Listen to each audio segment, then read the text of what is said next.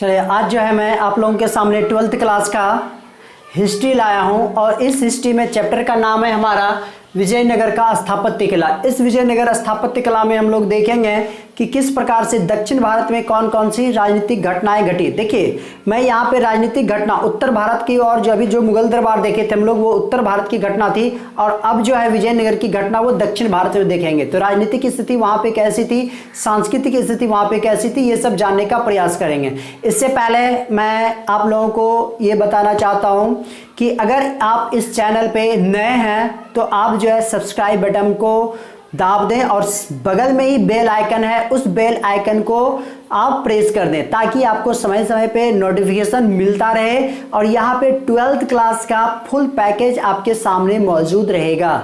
और मैं कोशिश करता रहूँगा कि आपको बेहतर से बेहतर अपना कंटेंट देने का, और जैसे जैसे प्रोग्रेस होते जाता है वैसे वैसे मैं भी प्रयास करता जाऊंगा। वैसे वैसे क्या होता है कि ऐसे कहता है ना, आवश्यकता क्या होती है, आविष्कार की जर्नी होती है। तो जैसे जैसे आवश्यकताएं बढ़ती जाएगी वहाँ पे मैटर अच्छे होते जाएंगे, सब कुछ क्लियर होते जाएगा। तो चलिए आज हम लोग स्टार्ट करते हैं हम्पी। देखिए विजयनगर के स्थापत्य कला के पहले मैं एक परिचय आप लोगों को देना चाहता हूं। इस परिचय के अंतर्गत हम लोग क्या देखते हैं, तो देखते हैं कि सबसे पहले मैं बताया था कि उत्तर भारत। देखिए उत्तर भारत की अगर बात लेते हैं तो उत्तर भारत में जो हम लोग अभी दिल्ली सल्तनत या दिल्ली में राज करने वाले जो भी जितने भी शासक आए उससे संबंधित है। तो उत्तर भारत जो कहा गया है कि उत्तर भारत मुख्य रूप से यहाँ पे राजनीतिक केंद्र था। राजनीतिक अगर गतिविधि ज्यादा होती थी तो वो हमारा उत्तर भारत में देखने के लिए मिलता है। अगर प्राचीन काल की बात करते हैं तो प्राचीन काल में अगर मगध का क्षेत्र लिया जाए तो इधर ही ज्यादा से ज्यादा राजनीतिक क्रियाकलाप हुए, जैसे अशोक, चंद्रगुप्त मौर्य, बिंबिसार, बिंदुसार, जितने भी थे, चंद्रगुप्त द्वितीय, तो जितने भी ये लोग थे सारा का सारा उत्तर भारत में ये लोग आके अपना राजनीतिक गतिविधियां वगैरह अधिक से अधिक प्रसारित किए थे। लेकिन ये जो मेरा चैप्टर है इसमें हम लोग डायरेक्ट उत्तर भारत की नहीं, यहाँ पे हम लोग पढ़ेंगे दक्षिण भारत से संबंधित। यहाँ पे आ जाते हैं दक्षिण भारत में और दक्षिण भारत में पढ़ने का प्रयास करेंगे। तो दक्षिण भारत जाना जाता है किस गतिविधि के लिए, तो यहाँ पे सांस्कृतिक गतिविधियों के लिए अधिक से अधिक जाना जाता है। कौन सा, दक्षिण भारत को। यहाँ पे सांस्कृतिक गतिविधियां ज्यादा देखने के लिए मिला था। इस सांस्कृतिक गतिविधियों के कारण हम लोग यहाँ पे देखेंगे किसका, कि हम्पी जो विजयनगर का स्थापत्य कला से संबंधित, यानी कि यहाँ पे मंदिरों का कैसे कैसे निर्माण हुआ था, क्या हुआ था, नहीं हुआ था। इसके बाद अगर आगे हम लोग बढ़ते हैं तो कहता है कि दक्षिण भारत जहां पे ये सांस्कृतिक गतिविधियों का केंद्र था, यहां पे हमेशा संघर्ष होते रहता था। ये संघर्ष किनके किनके बीच होता था, तो देखिए यहां पे संगम काल के बाद हम लोग लेते हैं, संगम काल के समय में जो चेर चोल थे, चेर चोल, इनके बीच होता था। उसके बाद देखिए एक और थे चालुक्य, पल्लव और राष्ट्रकूट। अब इनके बीच क्या होता था, इन लोगों ने जो है अपनी जो स्थिति मजबूत करने के लिए लगातार एक दूसरे से संघर्ष करते रहते थे। कहता है ये लोग संघर्ष करते थे फिर भी जो है हम्पी जो विजयनगर है ये काफी विकसित किया, काफी चरमोत्कर्ष, काफी इन्होंने विकास कराया था। तो संघर्ष किस कारण से होता था ये भी हम लोग पढ़ते हैं। तो संघर्ष जो यहाँ पे होता था वो होता था इस चीज को लेके, रायचूर दोआब एक क्षेत्र था, इसी क्षेत्र को लेके संघर्ष होता था। किनके बीच, इनके बीच संघर्ष होने का कारण यही था। क्यों, क्योंकि ये दो नदियों के बीच में था। एक साइड में कृष्णा नदी थी, ये कृष्णा नदी थी, एक साइड में कौन सी नदी थी, तुंगभद्रा नदी थी।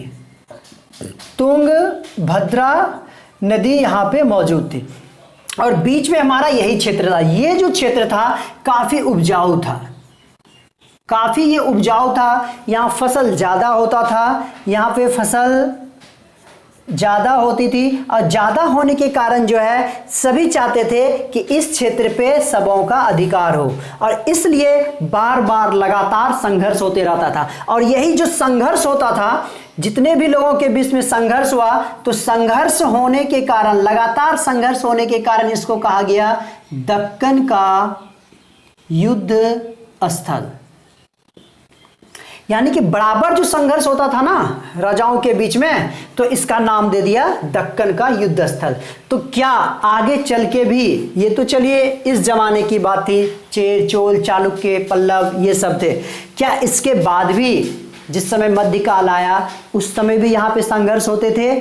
तो हाँ, वास्तव में यहाँ पे भी संघर्ष होती थी। तो किसके किसके बीच होती थी मुख्य रूप से, उसको हम लोग यहाँ पे देखने का प्रयास करेंगे। आप लोग को मैं ये भी बताना चाहता हूँ, परिचय के अंतर्गत विजयनगर स्थापत्य कला ने क्या किया था, विस्तार रूप से विस्तृत रूप से स्थापत्य कला को स्थापित किया था। तो यहाँ पे जो विदेशी यात्री होते थे, ये विदेशी यात्री भी यहाँ पे आते थे देखने के लिए, और देखने के बाद वो काफ़ी इसके बारे में क्या किए हैं, प्रशंसा किए हैं कि वास्तव में भारत में इसके जैसा दक्षिण साइड में जो स्थापत्य कला था, ये संपूर्ण भारत में आपको कहीं भी ऐसी स्थापत्य कला देखने के लिए नहीं मिलेगी। और स्थापत्य कला देखने के लिए नहीं मिलती है तो आखिर यहाँ पे इन लोगों ने कैसा कैसा गुणगान किया था, उसके बारे में प्रयास करेंगे देखने के लिए। तो चलिए आज हम लोग देखते हैं कि ये जो हम्पी रखा गया है, हम्पी क्यों रखा गया है, इसका नाम हम्पी के नाम रखने का क्या कारण होता है या नहीं होता है। तो हम्पी जो रखा गया है, इसमें एक हमारे जो सिवेल थे, सिवेल जो कि पुरातत्वविद थे, इन्होंने अपने पुस्तक ए फॉरगॉटन एम्पायर में लिखा हुआ था। देखिए मैं लिख रहा हूँ ए फॉरगॉटन एम्पायर। ये पुस्तक लिखी हुई थी किसके द्वारा, सिवेल के द्वारा लिखी गई थी। इन्होंने अपने पुस्तक में जिक्र किया है कि हम्पी यानी कि विजयनगर एक ऐसी कला थी जहाँ पे कुछ दिन पहले, खास करके मैं लिख रहा हूँ यहाँ पे बीच का 24 जनवरी 1556 ईस्वी।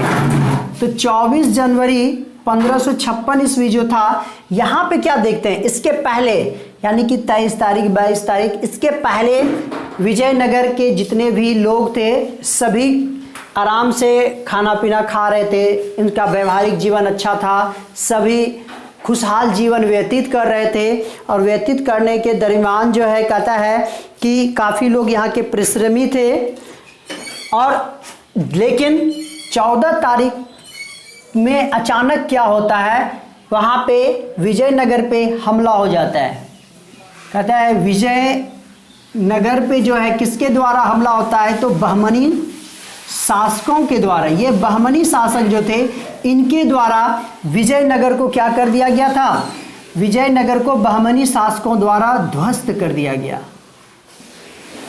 बर्बाद कर दिया गया, पल भर में ही सब कुछ चकनाचूर कर दिया गया। तो कहता है कि एक दिन पहले जहाँ पे बच्चे खेलते थे, खुशियाँ मनाते थे, आज वो क्या हो गया, सगर मातम ही मातम फैली हुई है। तो यहाँ पे एक दुखद घटना घटती है और कहता है कि ये जो युद्ध जो हुआ किस कारण से हुआ, वही बता देता हूँ। तो विजयनगर का जो दक्षिण, उत्तर और दक्षिण में देखिए, तो उत्तर साइड में क्या था, उत्तर में बहमनी शासकों यानी कि बहमनी साम्राज्य था, बहमनी साम्राज्य स्थित था। उसके बाद अगर दक्षिण की ओर लेते हैं तो दक्षिण में हमारा विजयनगर साम्राज्य था, विजयनगर साम्राज्य था। और ये दोनों जो शासक थे ना, बहमनी शासक और विजयनगर का शासक, यही रायचूर दोआब को लेके ये लोग आपस में लड़ते रहते थे। ये दोनों किसके कारण लड़ते रहे, रायचूर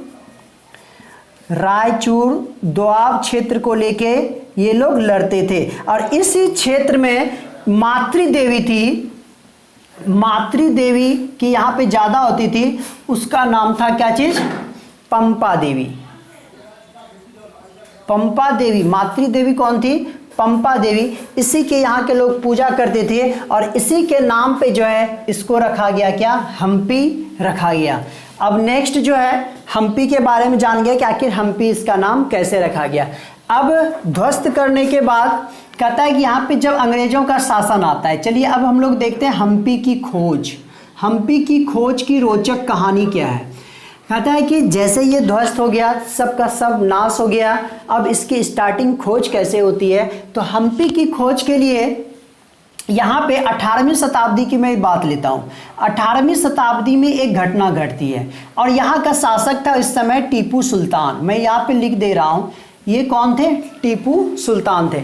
अब ये टीपू सुल्तान यहाँ पे शासक बने हुए थे, शासन स्थापित किए थे, शासन अपना चला रहे थे। लेकिन इस टीपू सुल्तान को जो है ईस्ट इंडिया कंपनी ने, इस टीपू सुल्तान को क्या किया था? ईस्ट इंडिया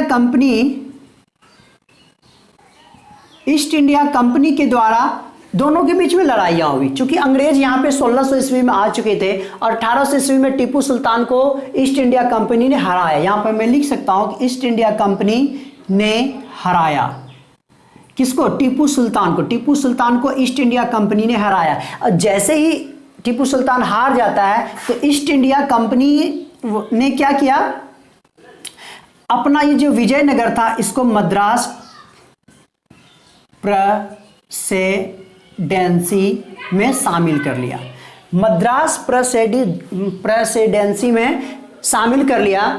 अब हिस्सा हो गया कंपनी का। अब कंपनी का जब हिस्सा हो जाता है तो यहाँ पे बहुत सारे जो पुरातत्वविद थे वो आए, उन्होंने बोला कि अब मैं इस जगह को अच्छी तरह से क्या करेंगे, उसका जांच पड़ताल करेंगे, खोज करेंगे। तो इसके खोज करने के लिए यहाँ पे मैं एक पुरातत्वविद का नाम लेना चाहता हूँ, वो थे मैकेंजी महोदय। देखिए मैकेंजी ने क्या किया था यहाँ पे? मैकेंजी ने, जिसका नाम कर्नल मैकेंजी भी कह सकते हैं, पूरा नाम कर्नल कॉलिन मैकेंजी था। Colonel Colin Mackenzie, colonel कॉनिल